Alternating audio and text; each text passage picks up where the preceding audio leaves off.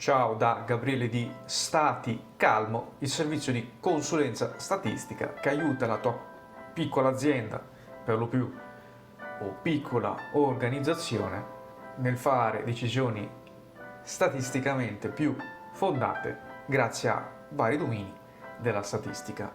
Anche questo video avrà poco a che fare con la statistica, ma più che altro con la ciccia che ci permette di fare questa statistica, ossia i dati. Nello specifico ti farò vedere come utilizzare uno strumento squisitamente da informatici che permette di automatizzare l'ottenimento dei dati di interesse. In questo caso, come nel video precedente, il costo del latte di vacca per mese. Perché? Ad esempio mi interessa capire quando mi conviene comprare il latte in offerta in grande quantità senza sforare il limite imposto dell'offerta.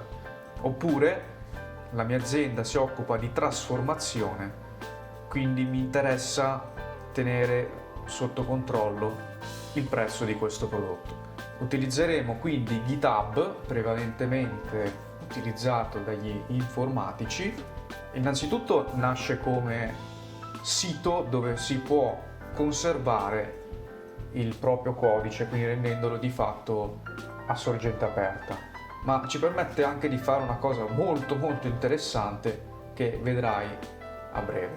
Questo è il cassetto di codice dove io ho creato la mia versione, ma adesso lo rifacciamo da zero. Quindi creo questo pulsante più, dico crea nuova repository o cassetto, lo chiamo latte di vacca. Ti consiglio di aggiungere questa cosa perché se no, da quanto ho capito, un passaggio diventa più complicato. Creo la repository, a questo punto mi serve aggiungere del codice che farà cosa? Estrazione dati. La parte dell'automatica viene in un secondo momento. Quindi per aggiungere il codice non vado qui perché sennò la cosa diventa un po' più da addetti ai lavori, ma vado su aggiungi file, crea nuovo file e essenzialmente vado a prendere questo. Incollo il nome del file è questo. Attenzione perché il nome poi lo utilizzeremo per la seconda fase. Prima di fare il commit lo andiamo un po' a commentare. Questo codice è stato scritto con il linguaggio R, carica due librerie, questo è il collegamento del sito e poi cosa fa? Prende due dati, prende questo e il prezzo. Come fa a prendere questi dati? Qui ovviamente chi ha fatto informatica parte avvantaggiato perché ha studiato la struttura dei siti web, quindi scheletro, tendoni e muscoli. In questo caso noi andiamo tramite questo pezzo a fare una mappa dello scheletro e qui gli diamo l'indirizzo preciso di questo dato. Questo è l'indirizzo di quel dato. Come si trova? Anche qui gli informatici hanno una marcia in più rispetto agli statistici. Si usa sempre quell'F12 per accedere alla funzionalità avanzata di qualsiasi browser.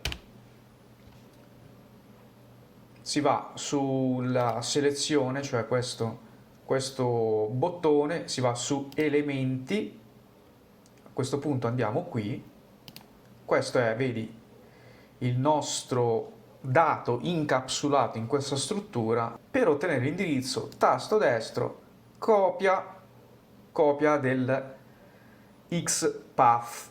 Se noi andiamo a fare un trova di quello che abbiamo copiato, vedi che troviamo essenzialmente questo. Per il prezzo, stessa cosa, si va qui, si punta, latte di vacca, a me interessa questo, vedi che qua dentro lo troviamo incapsulato, e copia, cerca e troviamo questo. Piccola chicca, c'entra poco col video ma tutto fa brodo, in questo caso cultura.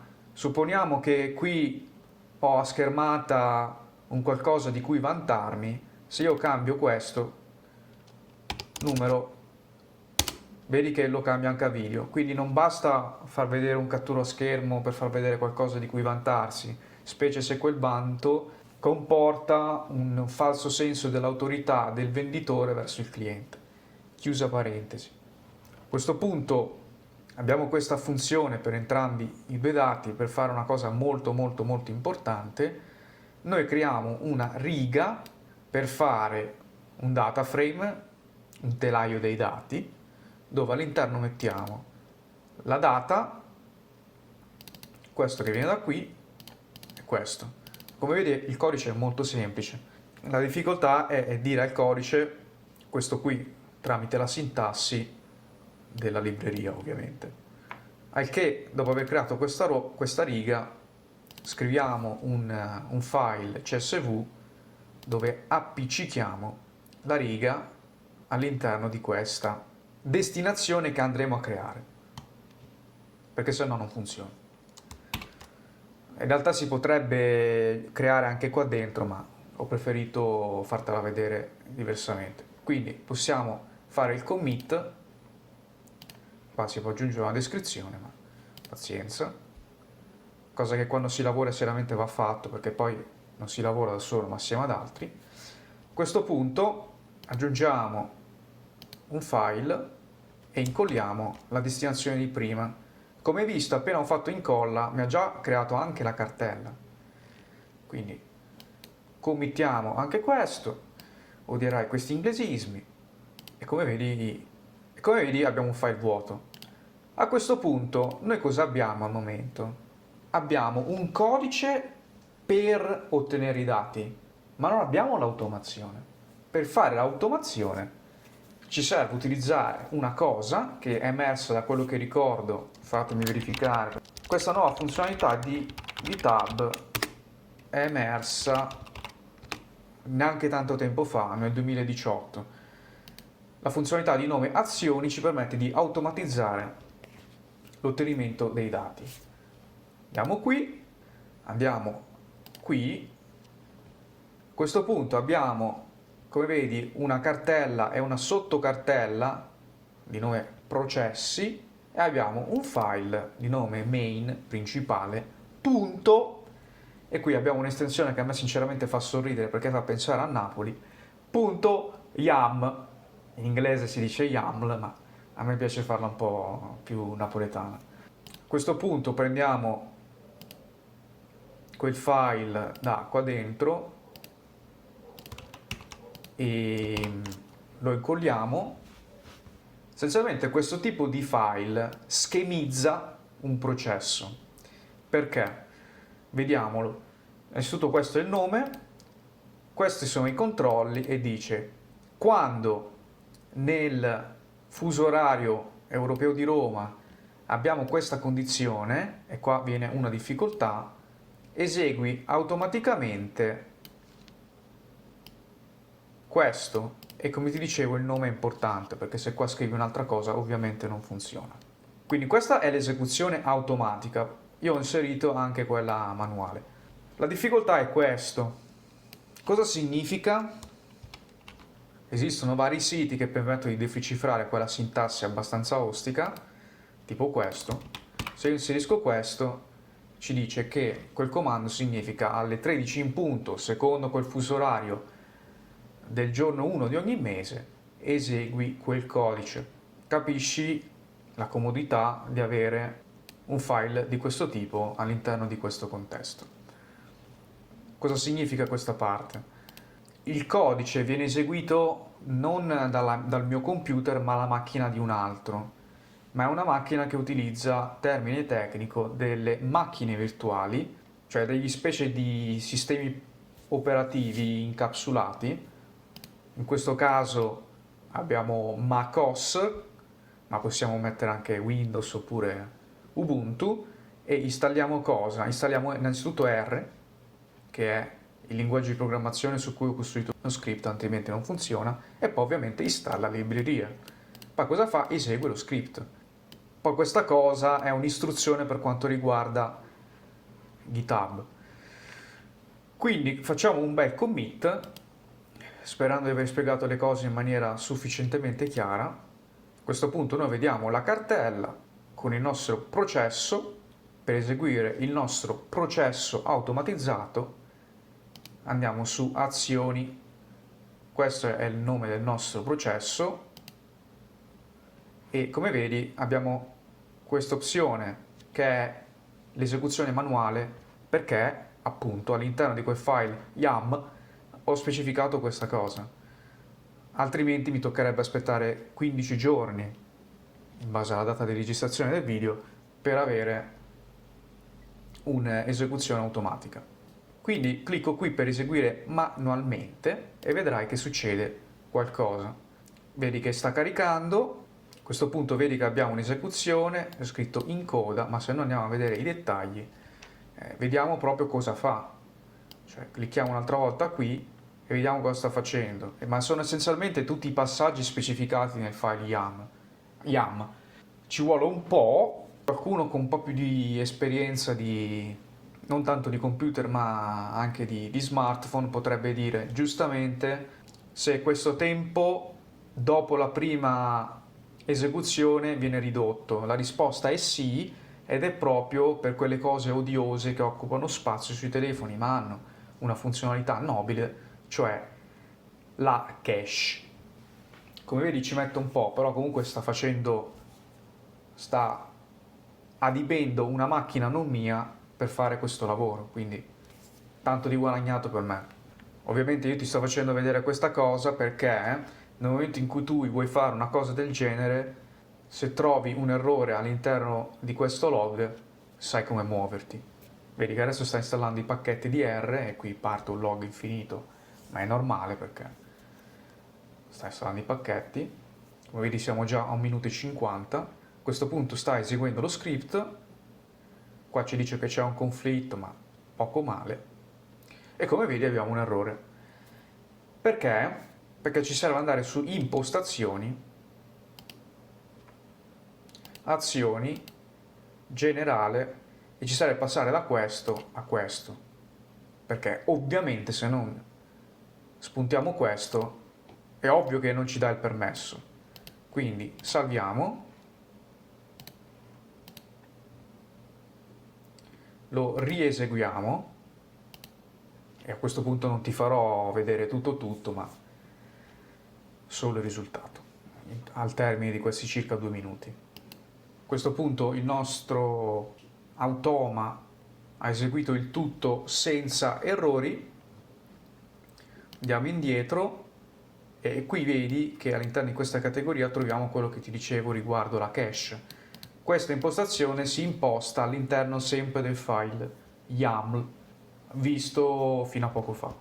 A che potresti domandarti, no, non voglio eseguire questa cosa su un computer altrui, voglio farla sul mio computer locale per motivi di sicurezza o per altri motivi di velocità, perché ovviamente questo è un servizio gratuito, ma ovviamente come tale ha delle limitazioni, innanzitutto di velocità. Nessun problema, ti danno questa funzionalità recente dove tu fai un nuovo runner, gli dici che vuoi una cosa fatta in casa e ti dà una serie di impostazioni che però ti confido non è proprio semplicissimo tirare su una roba del genere.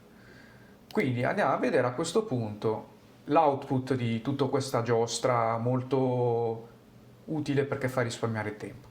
Andiamo in data, già vedi dal messaggio di commit che c'è qualcosa dentro ed ecco qui la nostra riga di dati, al che noi i dati li abbiamo qui, ma come li portiamo da un'altra parte, ad esempio sui fogli di calcolo di Google, una soluzione è andare sui 3 puntini e fare scarica. Ma capisci che se facciamo una cosa del genere stiamo letteralmente commettendo un'eresia informatica. C'è un modo, ossia creare un foglio di calcolo di Google e digitare uguale import data, ed è una funzione che fino adesso non ho mai utilizzato perché funziona solo per certi tipi di collegamenti. Io in passato ho utilizzato l'HTML nel caso delle tabelle di Wikipedia oppure l'XML per altri casi. Comunque import data, ma se io inserisco direttamente questo link non funziona perché mi sta estraendo la struttura HTML di tutto questo sito. Invece a me serve prendere esattamente questo file. Come si fa? Si va sul row, si copia il link, lo si incolla qua dentro e adesso abbiamo il risultato atteso, se non questa riga vuota all'inizio, ma si può sistemare. Quindi in questo video hai visto l'approccio veramente programmatico del processo di ingegneria dei dati chiamato ETL, cioè estrazione, trasformazione e caricamento. In questo caso la parte di trasformazione non l'hai vista perché essenzialmente andrebbe trasformata questa colonna. E con questo approccio totalmente basato sul codice, questo passaggio si può fare direttamente qui. Anziché scrivere una funzione sul foglio di calcolo oppure semplicemente copia e incollare quella che ho utilizzato nel video precedente. Come hai visto, questo tipo di soluzione prende, in questo caso, all'incirca un quarto d'ora. Da imprenditore potresti domandarti che tempi di ritorno ha rispetto al costo ed effettivamente se si tratta di un'operazione manuale che fai una volta all'anno non ha assolutamente senso. Se è una volta al mese, una cosa del genere, la ammortizzi, secondo me, dando veramente un numero alla buona, entro 5 mesi. Però capisci che se tu hai tanti processi simili a questo, il vantaggio chiaramente diventa più importante. Questa soluzione si utilizza, ad esempio, all'interno di una cornice statistica per avere un dataset su cui si costruisce il modello statistico sempre fresco e quindi aggiornato, anche per evitare possibili problemi di deriva di prestazioni rispetto a quelli che sono i dati reali, oppure semplicemente per avere dei dati su questo supporto che è il foglio di calcolo, da cui poi ci si aggancia a un servizio di visualizzazione dei dati, come ad esempio Looker, oppure Tableau e così via, quindi dei servizi di cruscotti dati. Se anche tu hai bisogno di una soluzione di questo tipo perché vuoi risparmiare tempo e ridurre errore umano o semplicemente vuoi una cosa da pensare in meno, mi puoi contattare sulla pagina contatti di www.staticalmo.com oppure sui principali social che utilizzi. Spero che hai trovato utile questo video, ti saluto e alla prossima. Ciao!